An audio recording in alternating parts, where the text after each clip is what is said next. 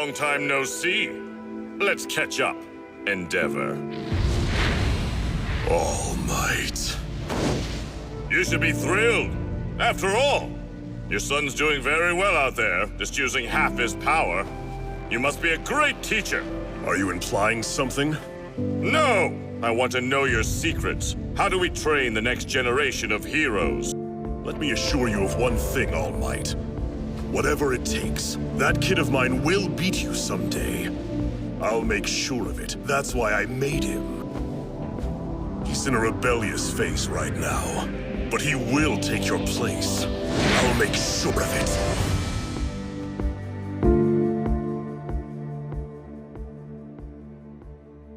What is the worst way in which someone has wronged you? Do you think there's anything in the world that person could do to redeem themselves? Redemption is a tough subject, to say the least. Oftentimes it gets conflated with forgiveness. I want to clarify the differences between these two things before we get started. When talking about forgiveness, we typically mean something given to the perpetrator of a wrongdoing by the victim. Redemption, contrastly, is earned by the perpetrator for the sake of becoming a better person and doing right by the person that they have wronged. Now, to be clear, neither of these things are always able to be gained easily or even at all in some cases, but I like to believe that redemption is, at the very least, almost always possible if you want it bad enough. My Hero Academia is a show with a big cast and therefore a lot of moving parts, but a central theme is passing the torch, setting the stage for the next generation, and what have you. This is most viscerally portrayed through the number 2 hero, Endeavor, Enji Todoroki. Turns out that Endeavor, despite being very good at saving people's lives as a career, is not necessarily a good person. In the years leading up to the events of the story, we come to find out that he put his wife and their 4 children through endless torment. To put it simply, he is an abuser. I want to delve into this man and his treacherous, albeit self-inflicted, journey towards redemption. But to make our journey upwards, we have to start at the bottom. We have to understand the sins that have been committed.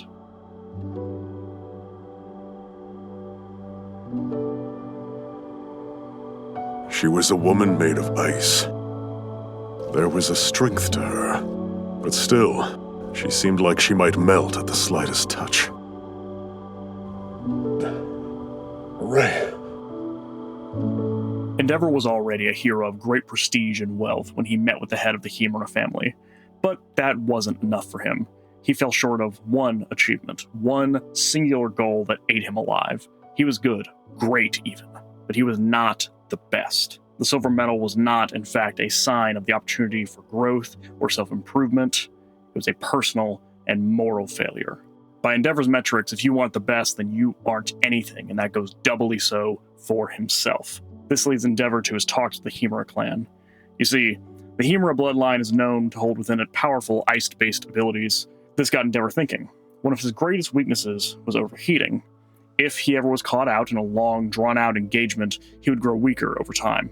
A theoretical child bearing both Todoroki and Himura blood could shore up the weaknesses and bolster the strengths of both. If Endeavor couldn't achieve perfection, he would at least be certain that his progeny would place his name beside it. And so, Endeavor sets up an arranged marriage with a woman by the name of Rei Himura. In exchange for her father's blessing, Endeavor makes what we'll call generous financial contributions to the struggling family. He essentially buys Rei like a piece of property. She is given the explicit option to refuse him, but agrees to go for the sake of helping her family. Rei walks into the arrangement with eyes wide open, fully aware of what Endeavor's motives are, but arguably coerced nonetheless. I don't think I need to tell you how gross this is, but I will in case that's not clear. That's gross, and this kind of sucks. So we're off to an awful start. Let's fast forward a bit to Rei and Endeavor having their first child. They name him Toya. Toya Todoroki is, at first, an apparent success. While he doesn't immediately present Rei's ice powers, he does present Endeavor's fire powers, and Toya exhibits more raw talent and hotter flames than Endeavor ever had in his youth. But of course, there's a catch. You see, in the universe of My Hero Academia, when someone manifests an ability that would cause a normal human body harm, their bodies typically adapt to it in order to mitigate incompatibilities. A pretty clever writing trick when you have otherwise normal humans that need to move at the speed of sound or that literally explode. My main goal is to blow up. Unfortunately for Endeavor, his attempt at a designer baby backfires. Toya can burn twice as hot, sure, but his body is adapted for an ice power. He can't use his abilities without constantly injuring himself. This was the worst case scenario. Endeavor's plan had failed. But alas, Endeavor is anything but a delicate communicator. He is unwilling, or rather unable, to explain to his firstborn son that what he was raising him to be was null and void. He had conditioned the boy prematurely, filled his head with impossible expectations before he was certain that he could fulfill them. Trying to tell Toya that he couldn't be a hero due to his body's constitution, no matter how true or vital that information was, felt all the same as abuse. Over the next couple of years, 3 more children are born into the Todoroki household: Fuyumi, Natsuo, and Shoto, in that order. It is the final child of 4 in total that accomplishes the goals of Endeavor. Shoto Todoroki is born with both a fire and ice ability, and the body composition to withstand them. Endeavor has grown at this point impatient with his obsession, to say the least. To have waited all these years for his successor as the gap between first and second place grew larger, Endeavor was ready. And not ready in the traditional sense, ready in the way that a starving man is ready to eat, that a blizzard is ready to snow, that a fire is ready to burn. It is the only thing that a creature like Endeavor could be in this moment. Ready. Hungry. Obsessed. Enter Shoto Todoroki. Abuse is a tricky thing.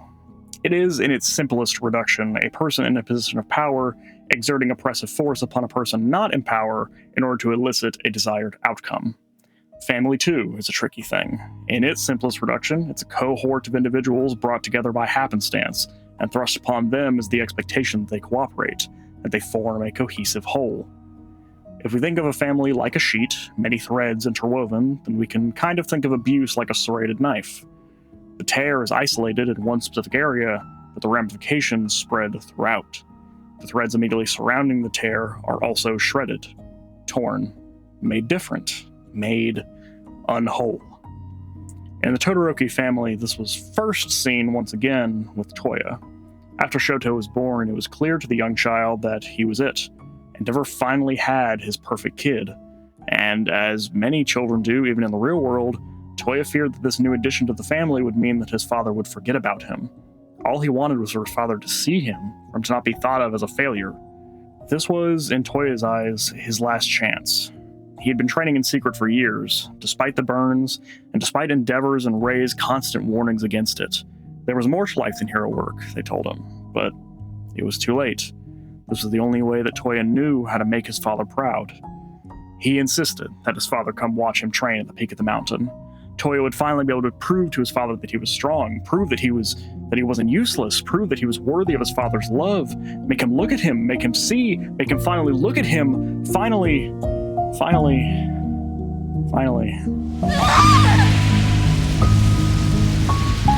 It's too hot! Please go out! It hurts!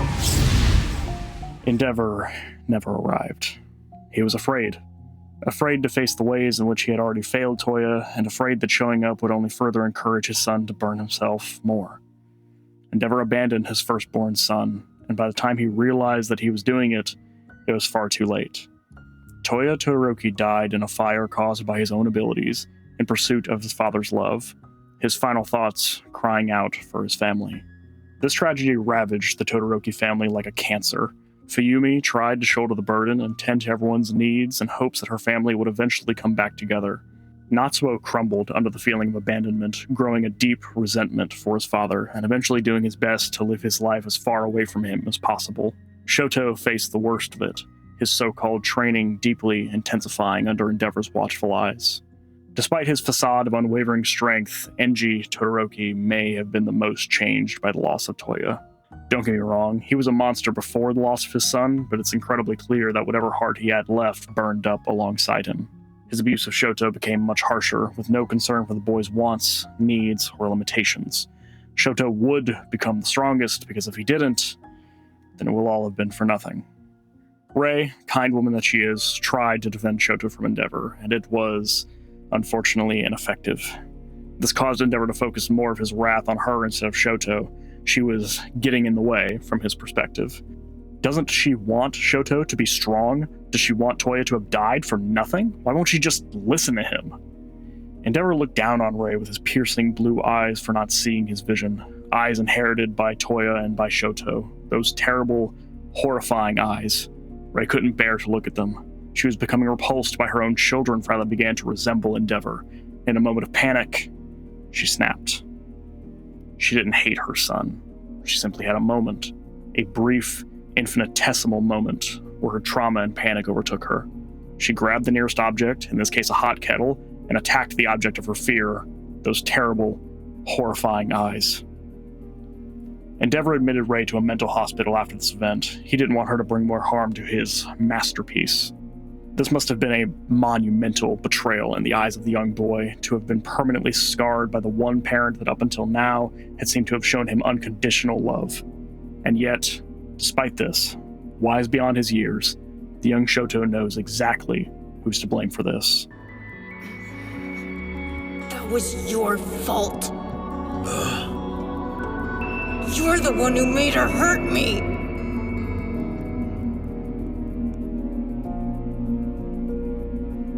If we fast forward a bit, we see that All Might, the number one hero, has retired from hero work. That only left Endeavor at the top. He had finally done it. He was ranked as the number one hero. It was everything that he could have asked for, everything that he ever wanted. So why wasn't he happy? Why wasn't it enough? I believe this is twofold. On the one hand, of course, Endeavor did not earn the top hero spot, merely inherited it by default due to the retirement of the true number one. He wasn't any greater today than he was the day before. There was just less greatness to compare him against. Secondly, Endeavor never was going to know what to do with himself once he achieved his goal. He didn't know it at the time, but this was never going to be enough, and it was never going to make him happy. He simply didn't know how to be. You see, being the best at being a hero means something more than solving the most cases or having the highest approval. It means that people see you and they think of hope, and they feel safe. Endeavor was objectively good at what he did, but inspire hope he did not. There's a gag that plays shortly after the reveal of Endeavor's new number one spot, where a kid who's a big fan of his is clearly too nervous to ask him for an autograph. Endeavor, to his credit, tries to be kind to the child and go up and talk to him, but this only upsets his fan further. While the show plays this moment for a laugh, it does speak some truth to Endeavor's character and how others see him. Endeavor is not kind. His cruelty and ego is his whole identity. Anything that flies in the face of that just feels disingenuous. This is the moment, I think, where we start seeing the gears turn in his head.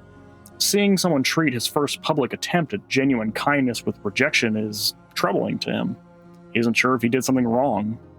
There's a pattern, I think, with people who are just starting the path to redemption to not realize how their past colors their present. A kind act now is not one done in isolation. It is in the shadow of every unkind thing done before.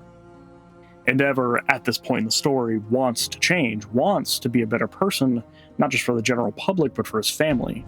He feels that he owes it to them all to be better, especially now that so much weight is on his shoulders in regards to public safety.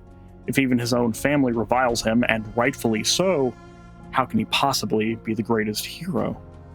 Endeavor's redemption starts with, in my opinion, a good first step, all things considered.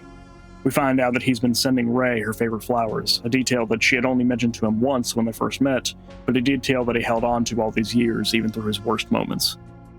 He doesn't dare show his face to her for fear of causing her more harm, but he is showing at least an attempt at reconciliation. The road to redemption will be long and arduous for a man that has caused so much pain for the people who needed him most. Shortly after Endeavor's announcement as the number one hero, he is attacked by a monster known as a Nomu, an artificial body filled with multiple abilities perfectly designed to kill Endeavor. This thing is no joke. It's faster and stronger than him, very nearly killing him and causing untold amounts of damage all its own. The Nomu speaks to him, asking if he is the strongest, and after leaving him barely alive, asks if any stronger opponents are near. If Endeavor's not able to kill this thing, hundreds of thousands will die. In a last-ditch effort, Endeavor grapples the Nomu and flies it as high into the atmosphere as he can manage. He'll burn them both if he must, creating a massive fireball in the sky. But he has to minimize the damage that he puts the civilians in first. Endeavor considers the Nomu, in the final moments of the battle, a frothing beast concerned only with strength for the sake of strength. He ponders, if he's entirely honest with himself, maybe he was the same. Maybe he would have stayed a monster forever if things were a little different. Maybe. Seems appropriate. Maybe. Go plus ultra!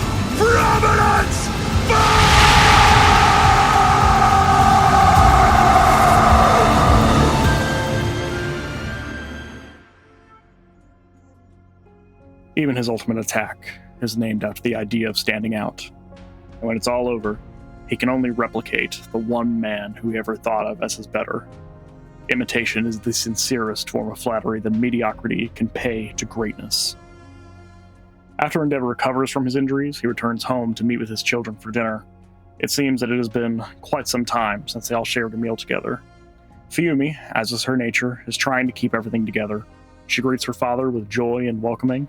The meal is already prepared and set out. Shoto and Natsuo are already eating. From his fight with the Nomu, Endeavor is left with a jagged scar over his left eye, the same eye that Shoto has a burn on. He takes note of this upon Endeavor's arrival. He says it's a nasty scar, and it looks like it hurt. Natsuo, at first, elects to say nothing at all, and this cold reception from both of her brothers upsets Fuyumi.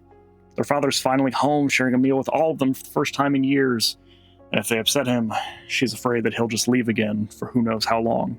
As quickly as possible, Natsuo finishes his food and tries to leave. Endeavor stops him, tells him if he has something to say, he should say it. Natsuo quite understandably lashes out. Endeavor has not changed in the eyes of his second son, and even if he has, it's much too late. He's furious. He was abandoned like everyone else. How can he be expected to forgive his father now after all this time? Natsuo mistakes Fuyumi's peacemaking for forgiveness. The truth is that all of the Todoroki children still bear the weight of the trauma that they endured. They simply show it in different ways. Natsuo is blisteringly angry. Shoto is quietly resentful. Fuyumi, deeply afraid.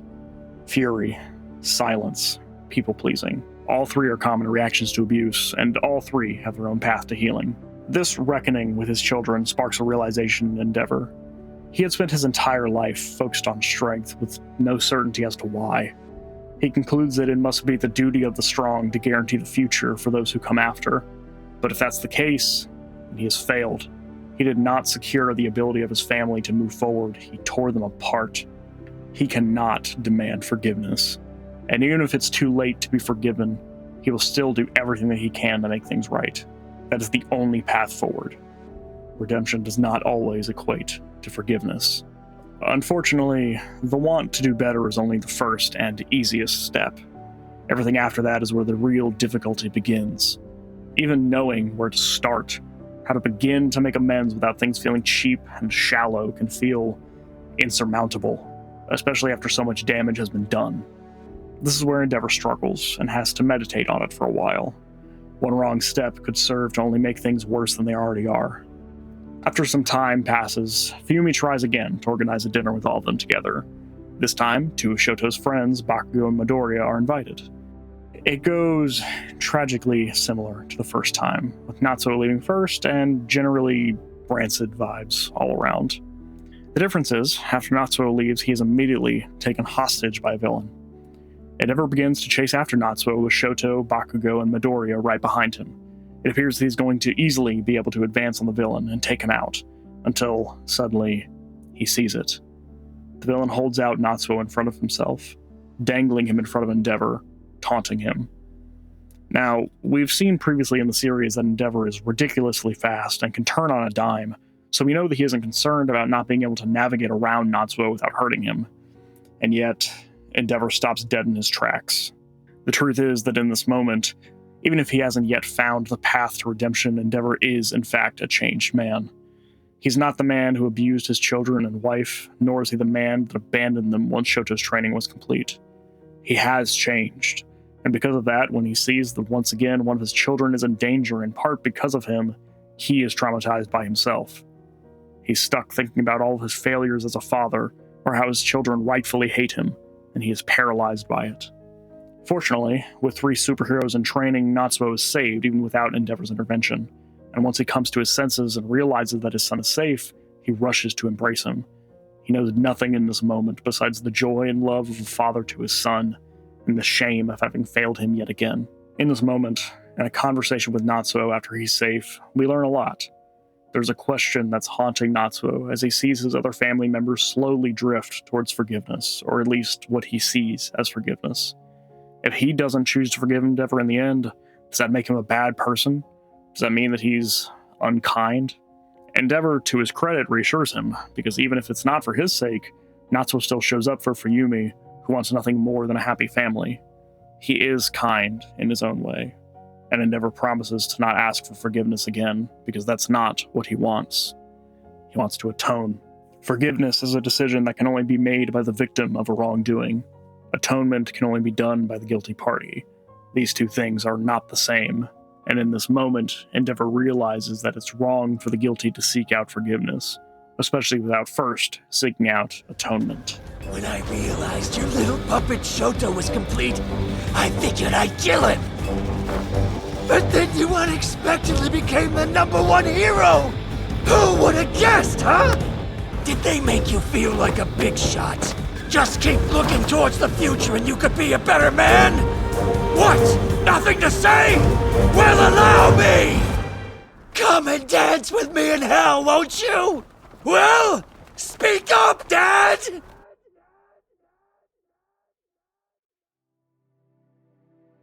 Endeavor's long journey out of a hell of his own making concludes largely the way that it began, with his firstborn son, Toya. It turns out, unbeknown to everyone, Toya Todoroki did survive the fire on the peak of the mountain, but his body was badly damaged. He's now going by the pseudonym Dabi. He has spent the entire series up to this point working in conjunction with the League of Villains, not because he believes in or wants to further their goals, but purely because it will put him in proximity to Endeavor. More importantly, it would give him the opportunity to cause as much pain and suffering for him as possible. Toya was found by a mad doctor that works alongside the League of Villains, and through tireless cutting-edge medical work, he survived, albeit after a 3-year coma. When Toya awoke, he was 16 years of age, covered in skin grafts, and had no idea where he was. Eventually, he was let go from the League's facility, with the expectation that, without medical oversight, he would shortly die. But Toya's determination was too great. He had to get home. He had to apologize for making everyone worry.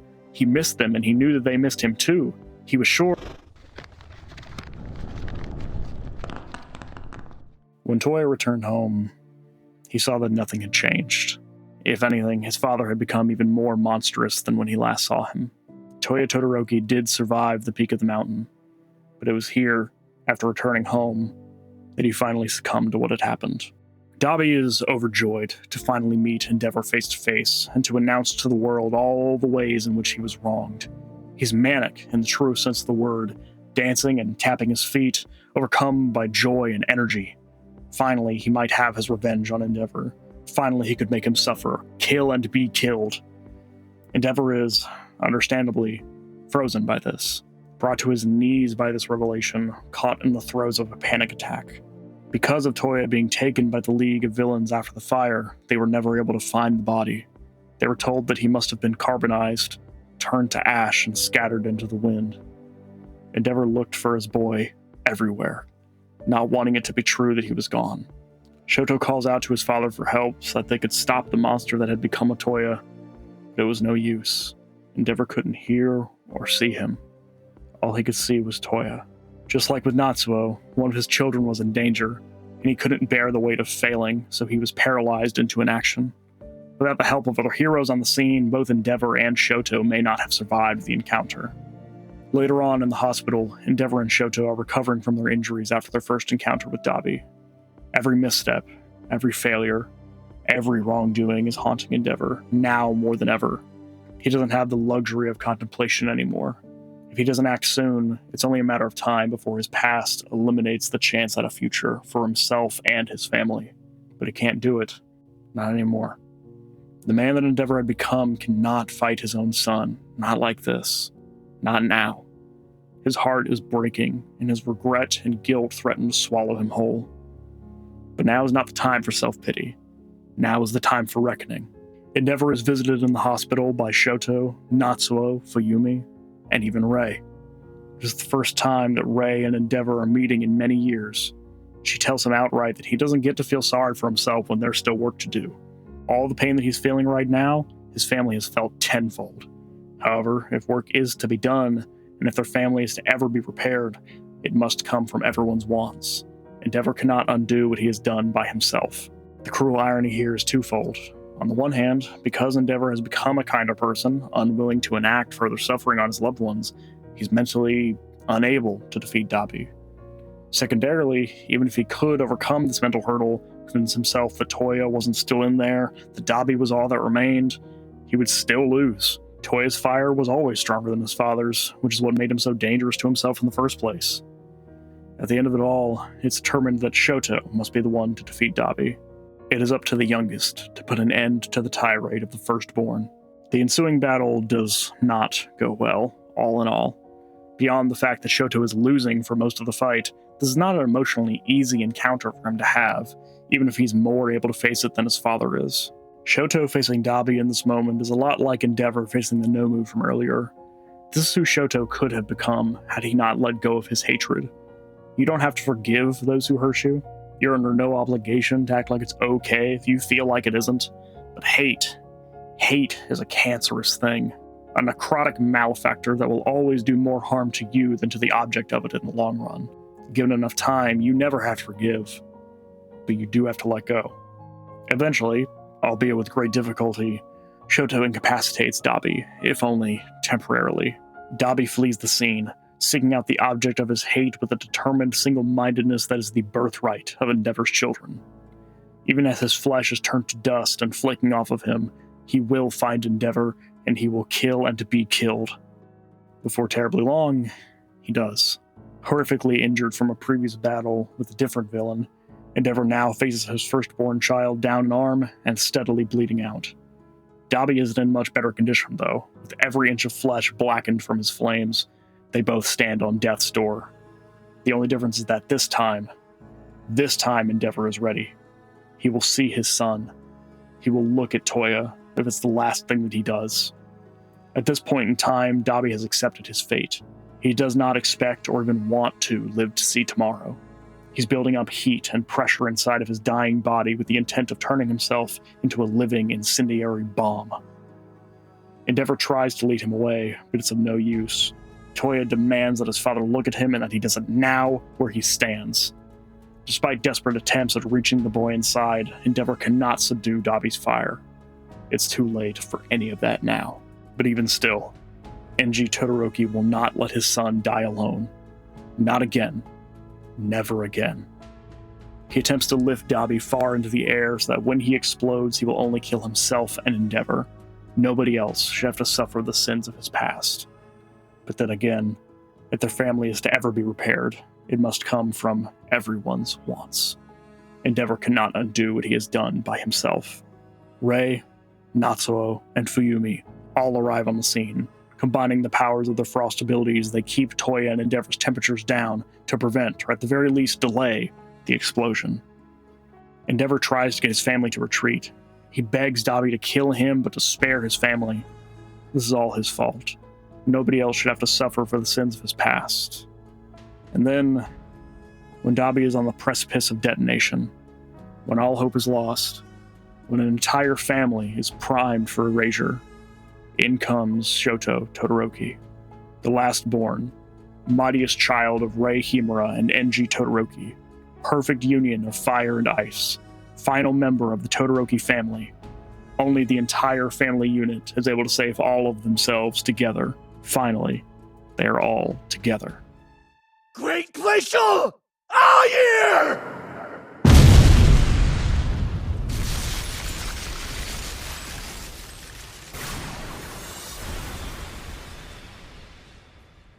During the epilogue of the series, we find that all of the Todoroki family survived with intense burns and injuries.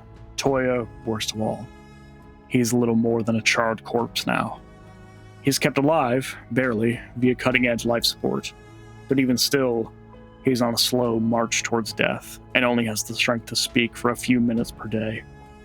His family spends all of that time trying to talk with him, to learn more about him, and to make up for lost time as best they possibly can, given the circumstances. Toya seems, at the end of it all, more sorrowful than hateful. He wishes things could have been different, and he's deeply remorseful for the harm that he's caused his family. While it isn't shown on screen, I like to think that the Todoroki family found their own sort of peace, and their own sort of happiness. Although I don't think Enji Todoroki ever found it in his heart to forgive himself. To put it in his own words, I'll spend the rest of my life apologizing and trying to make up for my mistakes. You don't owe the world anything else. I'll take as much of the fallout as I can, shield you from the blowback, If there's any reason I'm still alive, it's to do that. That brings us to conclusions. I believe that very few things are unforgivable. That is to say, I don't believe that there comes about many circumstances in which, through no combination of actions and the time that you have left to live, could you make things right with someone whom you have wronged. However, the punishment must fit the crime, and therefore so too must the repentance fit the offense. Forgiveness is not always gained with ease or with words alone, but I believe that redemption is possible. I don't know if I believe that Enji Todoroki has earned redemption. I don't think we can really say beyond our own personal judgment. But regardless of that, I hope you all take away a simple message. It's never too late to change for the better, and it's never too late to make amends. Thanks for watching.